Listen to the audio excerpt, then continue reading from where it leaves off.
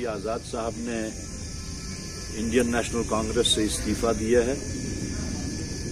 और गो कि ये एक हैरानकुन कदम उन्होंने उठाया है, लेकिन जाती तौर मेरे वास्ते ये कोई भी हैरानकुन कदम नहीं है, क्योंकि जब उनकी रिटायरमेंट हुई राज्यसभा से, जो एक टेयरफुल फेयरवेल उनको दिया गया एक न्यूली फाउंड बॉनहमी के तहत, उस वक्त प्राइम मिनिस्टर साहब का ये कहना बिल्कुल साफ था कि हम आजाद साहब को जाया नहीं होने देंगे और उनको जल्द ही किसी एक खास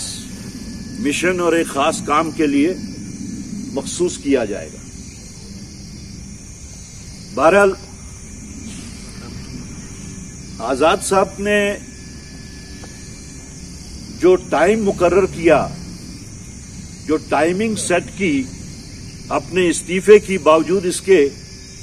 कि पिछले 8-9 महीने से वो इंडिपेंडेंटली जम्मू कश्मीर में काम भी कर रहे थे और कांग्रेस की लीडरशिप पे सवालात भी उठा रहे थे, लेकिन उसके बावजूद जो टाइमिंग उन्होंने मुकर्रर की, उसके 2 जाविये हैं और अहम जाविये। नंबर 1 ये कि ऐसी क्या वजह है जब भी कांग्रेस प्रेसिडेंट बीमार होती हैं, अस्पताल में होती हैं या बैरून मुल्क इलाज करने के वास्ते जाती हैं, वही वक्त क्यों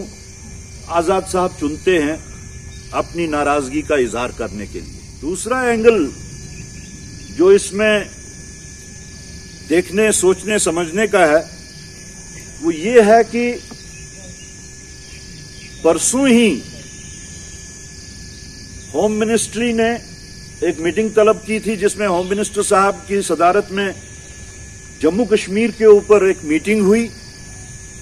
उसमें क्या बात हुई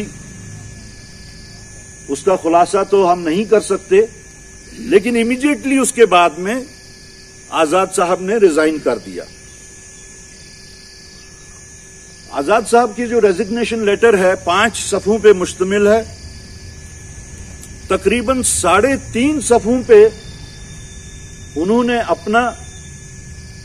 और अपनी सियासत का और कांग्रेस के साथ या गांधी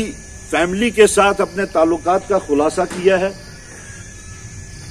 3.5 सफ़हात पे अगर कहा जाए तो उन्होंने अपने सेल्फ प्रेज और अपने जो प्लम पोस्टिंग्स पे वो आज तक मुकर्रर रहे हैं उसका खुलासा किया है। राहुल गांधी को निशाना बनाते हुए जो बातें कही हैं, तो हम सबको ये याद है, अगर नहीं है तो याद करना चाहिए कि राहुल गांधी का जो प्रेसिडेंशियल डॉक्यूमेंट था, जो प्रेसिडेंशियल इलेक्शंस में जो प्रीलिमिनरी सेशन हुआ था 2018 में, उसका प्रपोजल भी आजाद साहब ने ही पेश किया था और पास भी करवाया था। और उसके साथ साथ उसमें उन्होंने तमाम डेलीगेट्स से ये कबूल करवाया कि राहुल जी को ये इख्तियारात दिए जाने चाहिए कि वो अपनी टीम भी खुद से मुकर्रर करें और CWC मेंबर्स को भी नॉमिनेट करें। तो ये जो डबल स्पीक है, ये खुद अयां और बयां है। एक साइड से वो कहते हैं कि राहुल गांधी की वर्किंग के ऊपर क्वेश्चन करते हैं, दूसरे साइड से खुद से वो राहुल गांधी को एक वाहिद लीडर समझते हैं जो अपोजिशन की आवाज को उभारते हैं और जो इस वक्त हेड ऑन लिए हुए हैं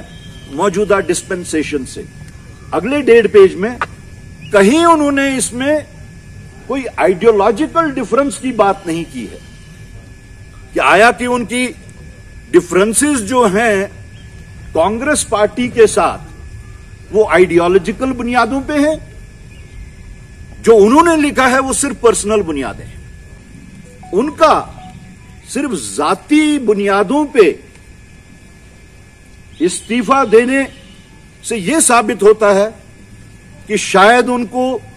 उस फिलॉसफी से, उस आइडियोलॉजी से डिफरेंस है जिसके तहत इस वक्त कांग्रेस पार्टी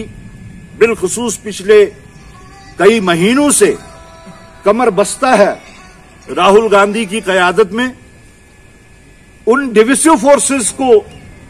फाइट आउट करने को, जिन्होंने हिंदुस्तान में, पूरे हिंदुस्तान में माहौल बहुत खराब करके रखा है, जो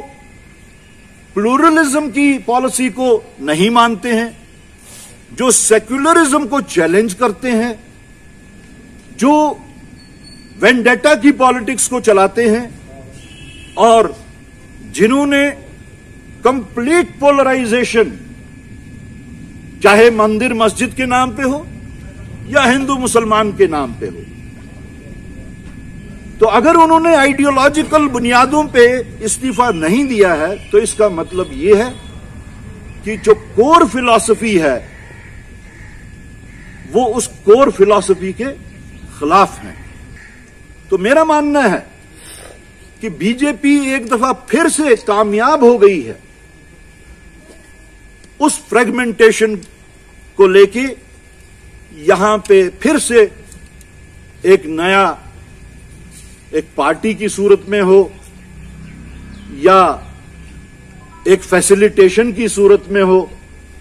एक दफा वो फिर से कामयाब हो गई है। अलबत्ता जहां तक कांग्रेस पार्टी का ताल्लुक है, मैं ये कह देना चाहता हूं, और बिलखुसूस जम्मू कश्मीर की कांग्रेस पार्टी का ताल्लुक है कि भले ही आजाद साहब ने किनारा कशी कर दी हो कांग्रेस पार्टी से, और भले ही उनके साथ में कुछ उनके beneficiaries from time to time उनके साथ में अलाइन हो गए हों, लेकिन जहां तक काडर का ताल्लुक है और जहां तक उन लोगों का ताल्लुक है जो फिलॉसफिकल और कन्विक्शनल और आइडियोलॉजिकल एफिनिटी रखते हैं कांग्रेस पार्टी के साथ, वो कांग्रेस पार्टी के साथ जुड़े रहेंगे और ये जो एक नया अटेम्प्ट फ्रेगमेंटेशन का है उसको फाइट आउट करेंगे।